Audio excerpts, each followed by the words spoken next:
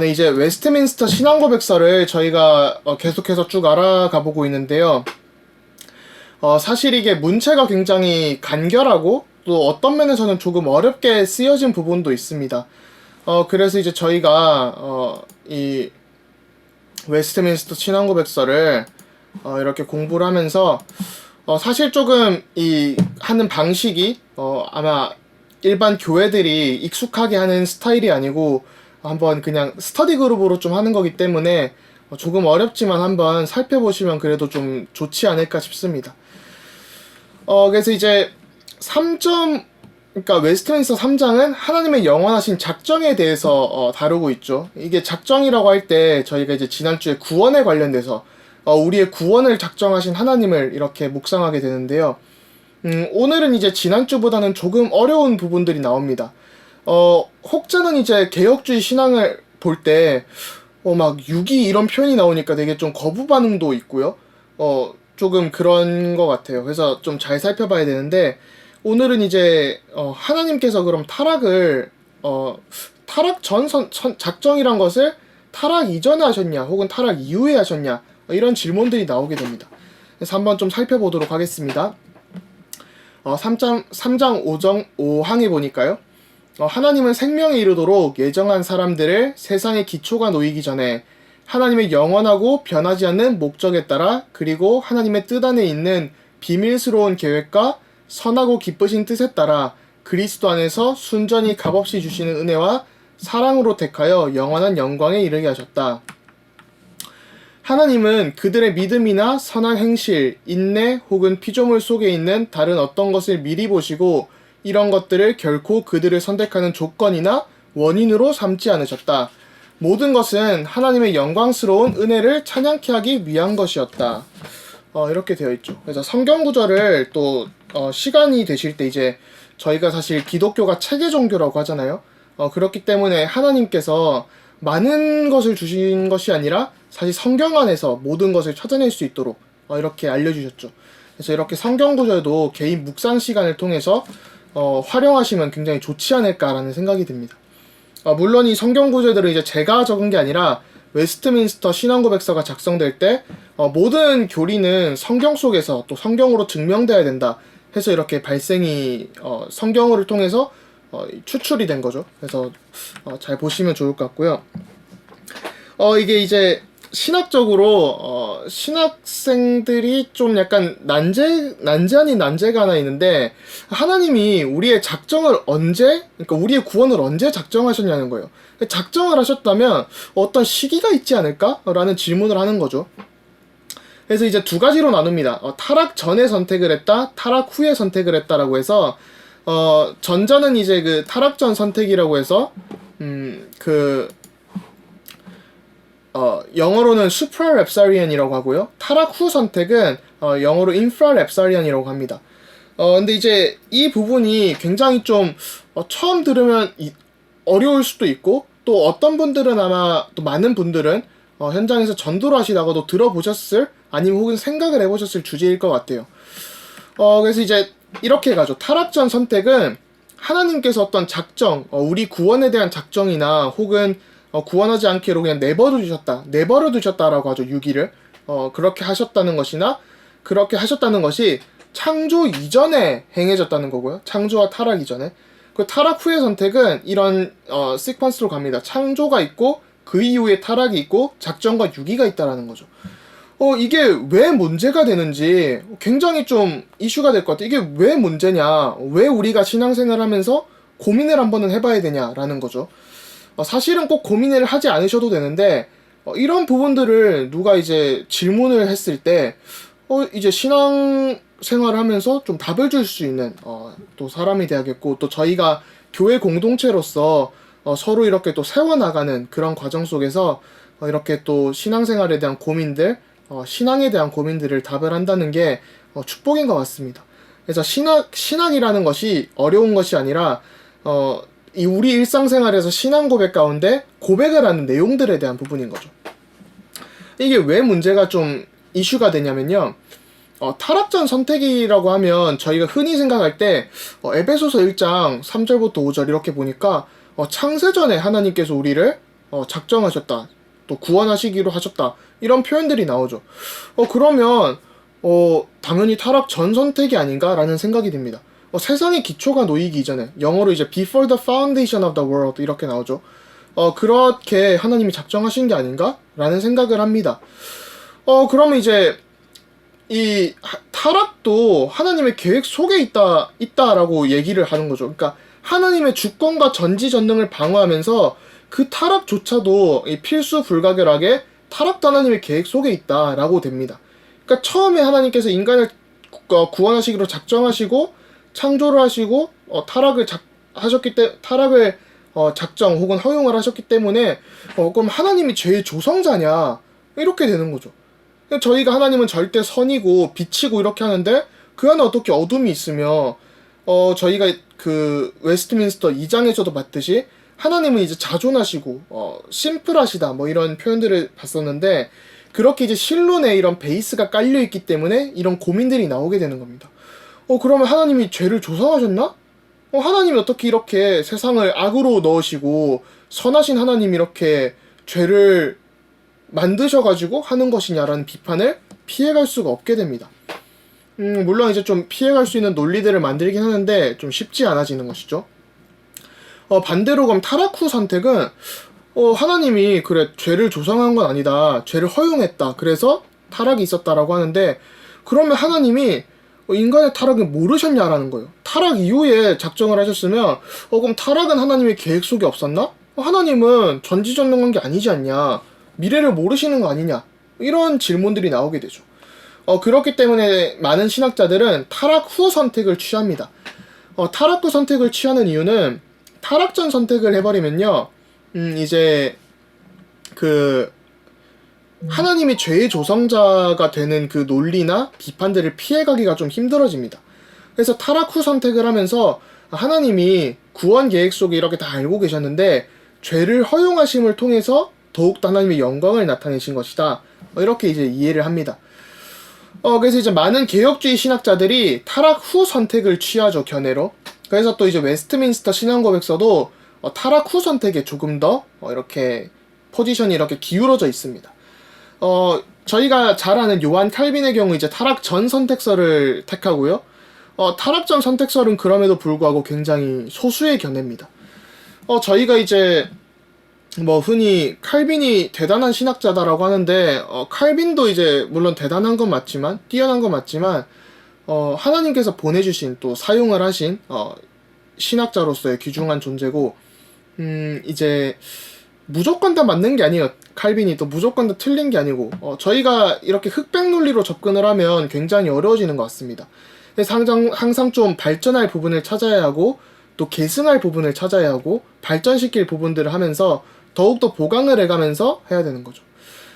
저는 헤겔의 철학을 좋아하진 않지만 헤겔의 이제 정반합이라는 티시스가 있고, 또 반대되는 엔티티시스, 반대되는 태제가 있고, 그것이 합쳐지면서 이렇게 합의 어떤 유기적인 결과물들이 나오게 되죠. 역사는 좀 그렇게 진행되는 것 같습니다. 그래서 실제로 저희가 기독교사를 볼 때도 이단들을 통해서 사실은 삼위일체론이 정리가 되고 저희가 더 이해가 되어지는 그런 시간들이 있었죠. 그래서 어떤 신앙적인 고민들을 하고 신학적인 고민들을 하는 것이 불신앙을 한다 이렇게라고 얘기하기에는 굉장히 어려운 것 같습니다. 오히려 저희가 맞다, 이게 우리가 이런 고민이 있기 때문에 더욱더 하나님을 알아가고 깊게 알아가면서 내가 이 가운데 신앙생활 속으로 묵상이 될 수 있다면, 나의 것이 될 수 있다면 더욱더 큰 은혜겠죠. 그래서 좀 그런 것들을 보시면 좋을 것 같고,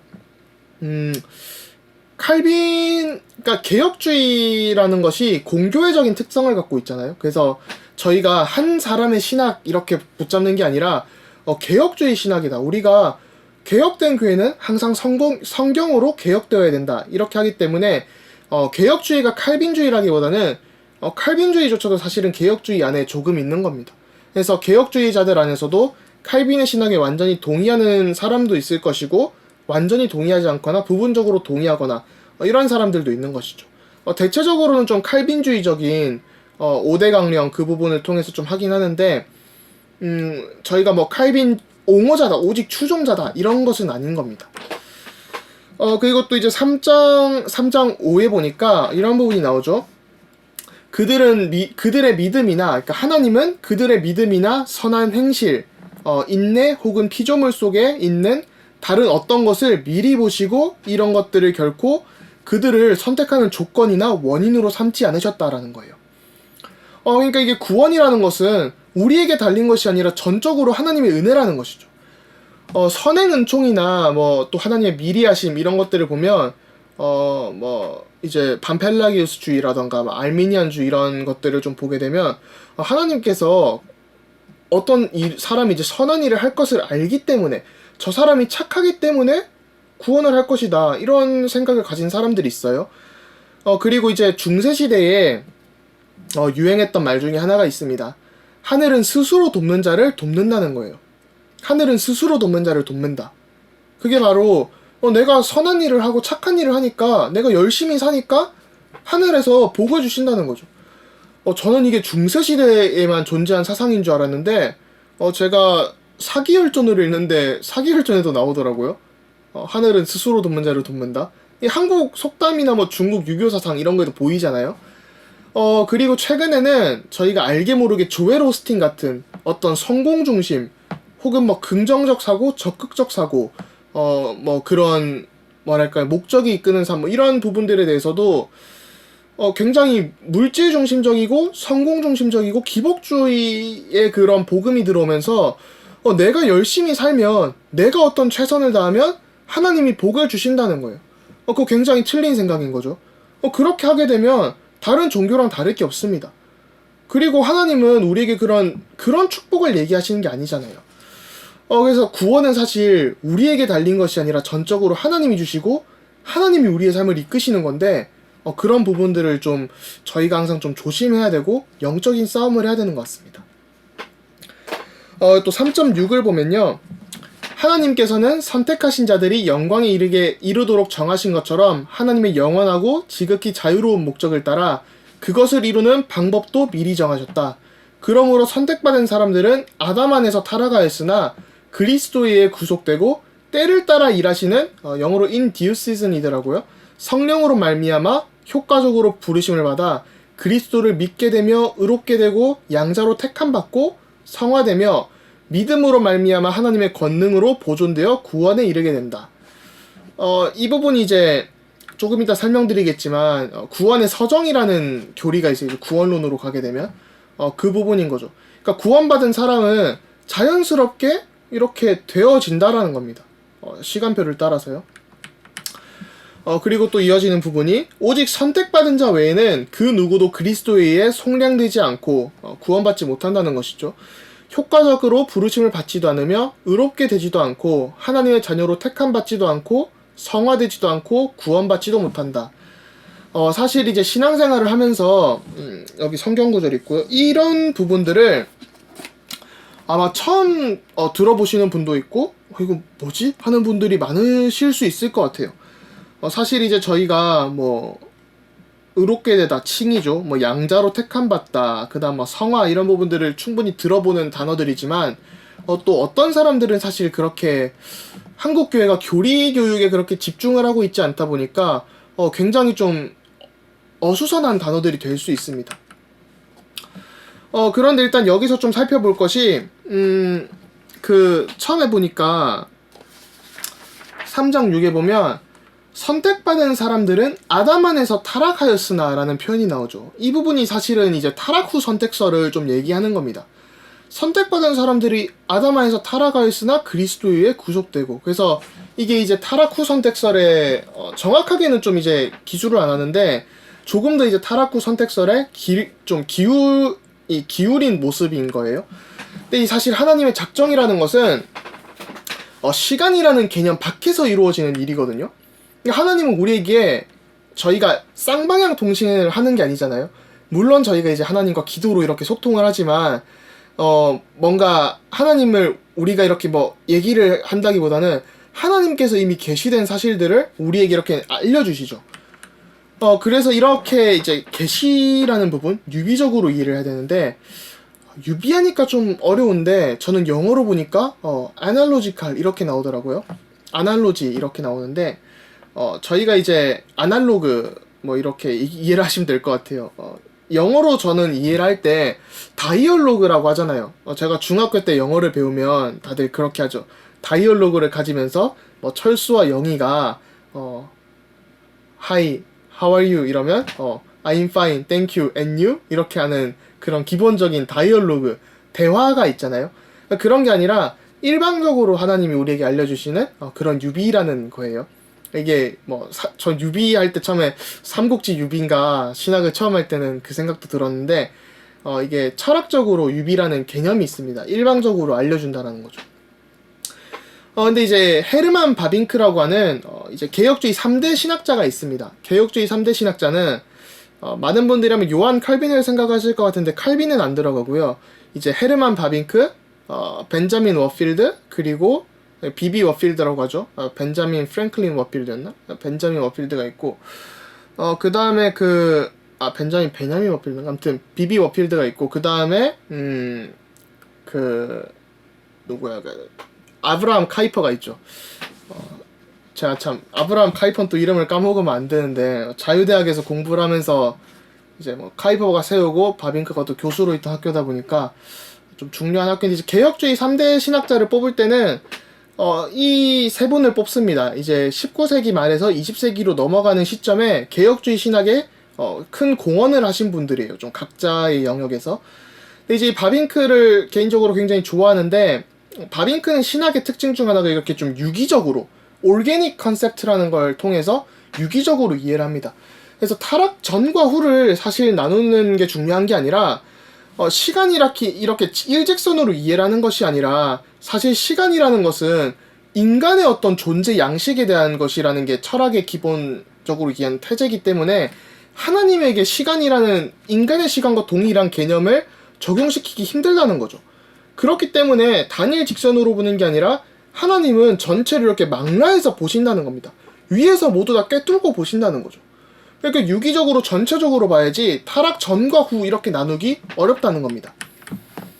그래서 바빙크라는 이제 신학자의 책은 유명한 책이 제 생각에는 두 권이 있어요. 이제 첫 번째로는 다른 걸 학자들은 다른 걸 꼽는데 한국에 좀 소개가 된 책으로는 이제 개혁주의 교의학이란 게 있죠. 개혁파 교의학이란 게 있는데 이게 한 4권에 한 3,000쪽 조금 넘을 거예요. 굉장히 두꺼워요. 그리고 두껍고 철학적이고 각주도 굉장히 많고 그러니까 신학생들도 읽기 쉽지 않은 책입니다. 굉장히 좀 중요한 책이기도 하고요. 그리고 하나는 마그넬리아 데이라고 하나님의 큰일이라고 번역을 하죠. 그래서 한국어로도 하나님의 큰일이라고 번역되어 있는데, 이제 제가 섬기는 교회 당회장 목사님께서도 하나님의 큰일을 아마 감동적으로 읽으셨는지 제가 신학교 입학할 때부터 헤르만 바빙크를 좀 공부하면 좋겠다라고 하셨던 기억이 납니다. 그래서 좀 그때 제가 또 바빙크가 번역이 되었기 때문에 이렇게 보게 되었었는데, 이 바빙크의 개혁 교의학이기 때문에 굉장히 좀 어려운데 한번 읽어볼 만한 것 같아요. 하나님은 전체를 내려다본다. 제가 아까 말씀드린 것처럼 전체를 내려다본다라는 거죠. 그래서 모든 것은 하나님의 의식 가운데 영원히 현존한다.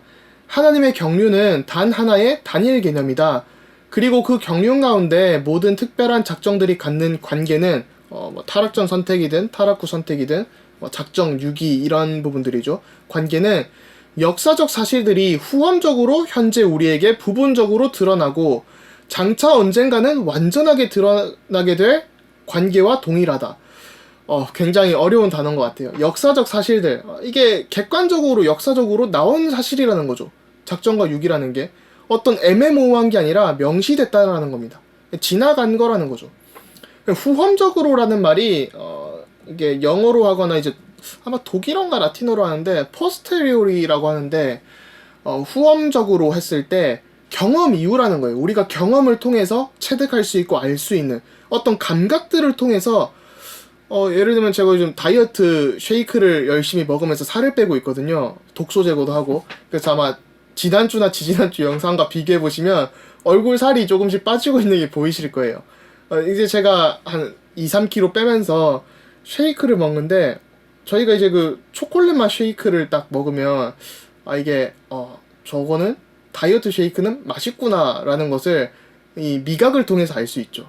근데 먹어보지 않고는 저 한국에 오니까 막 바나나 맛 쉐이크도 있고 망고 맛 쉐이크도 있더라고요. 그 맛은 제가 경험을 해보지 않았으니 무슨 맛이지 하는 거죠. 그래서 경험을 통해서 알 수 있다라는 거예요, 하나님의 계획들을.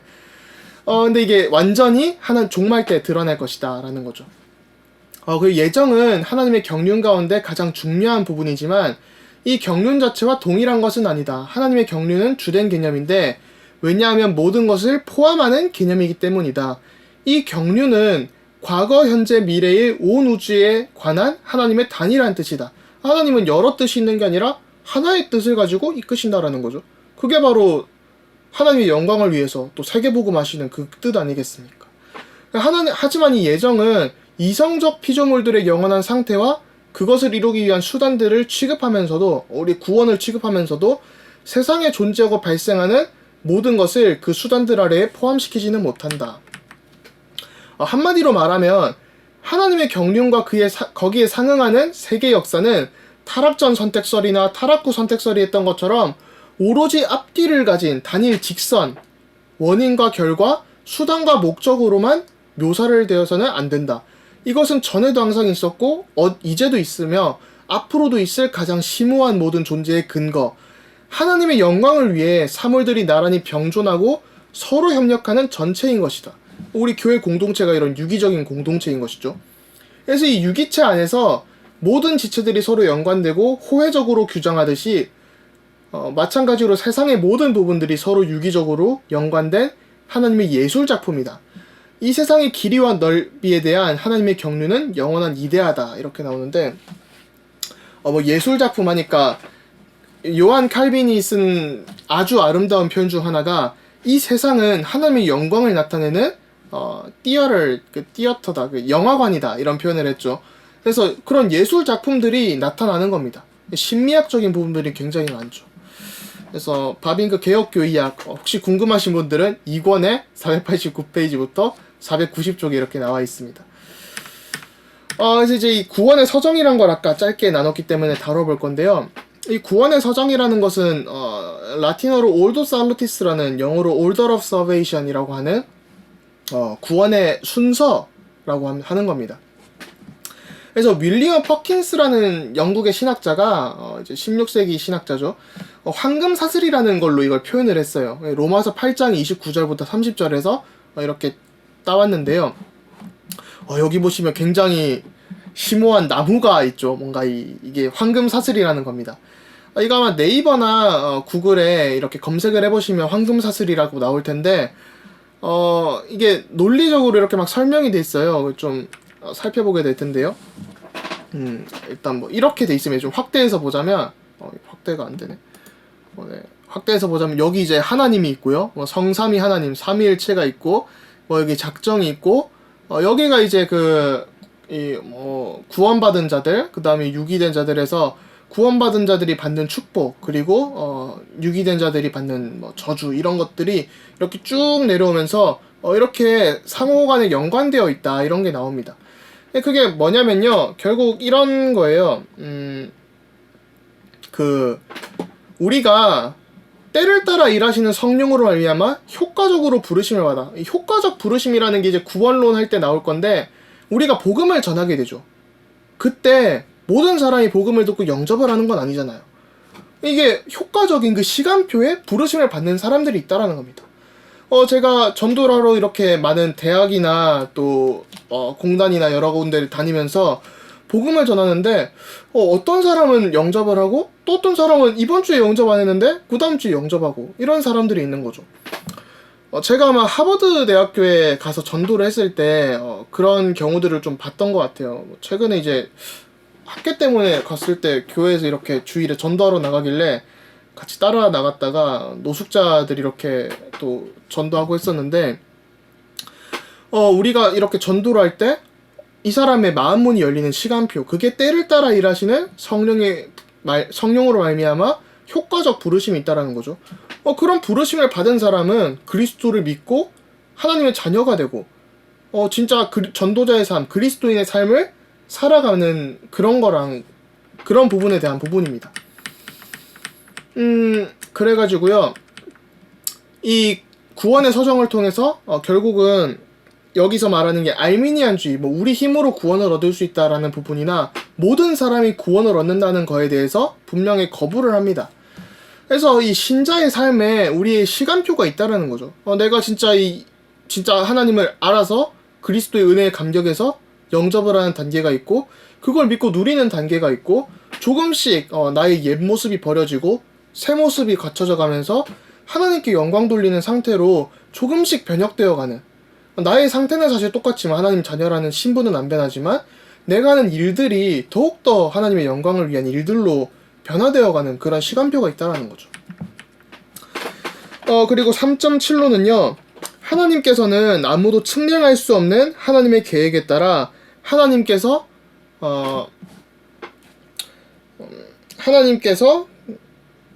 잠시만요. 피조물에 대해 가지고 계신 영광스러운 주권적 권능을 나타내시기 위해 하나님께서 기뻐하시는 대로 자비를 베풀기도 하시고 거두기도 하시며 택함을 받지 못한 나머지 인류에 대해서는 그냥 내버려 두기를 기뻐하셨다. 사실 유기조차도 하나님의 계획 속에 있기 때문에 이런 표현을 쓴 거죠. 내버려 두다 할 때 to pass by라는 이렇게 영어가 쓰였습니다. 그러니까 지나가셨다는 거죠.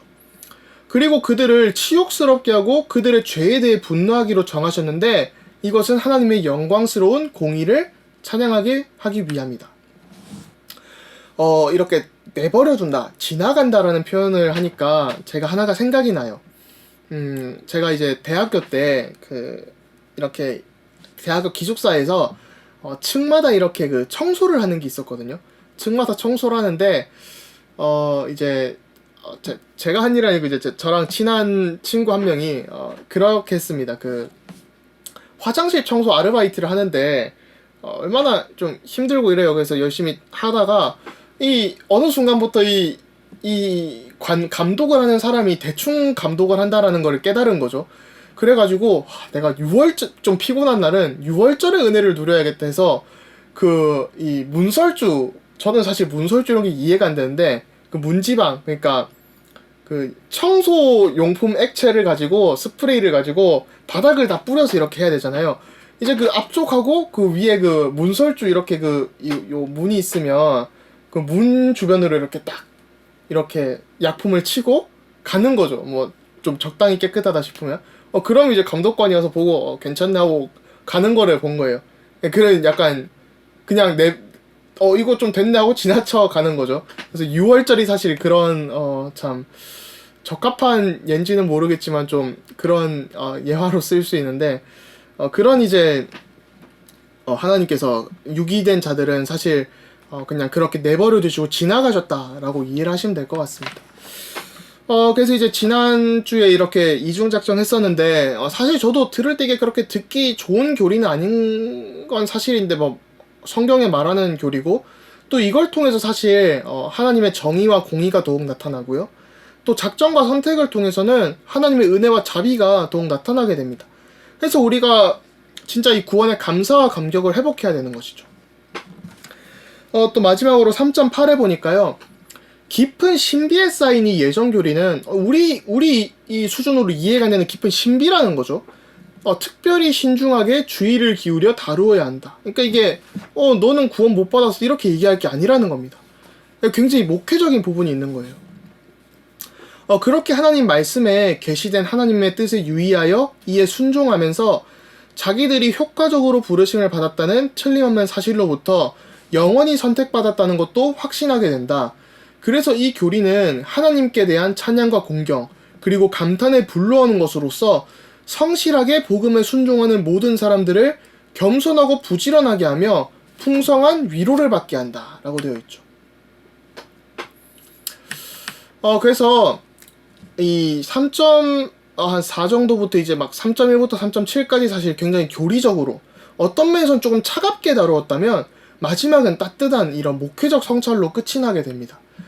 성도들에게 우리가 이렇게 해서 자만하거나 교만하거나 할 게 아니라 정죄를 할 게 아니라 하나님에 대해서 진짜 이 우리를 위한 구원의 계획에 대해 감사와 감격과 또 확신을 가져야 된다는 것이죠.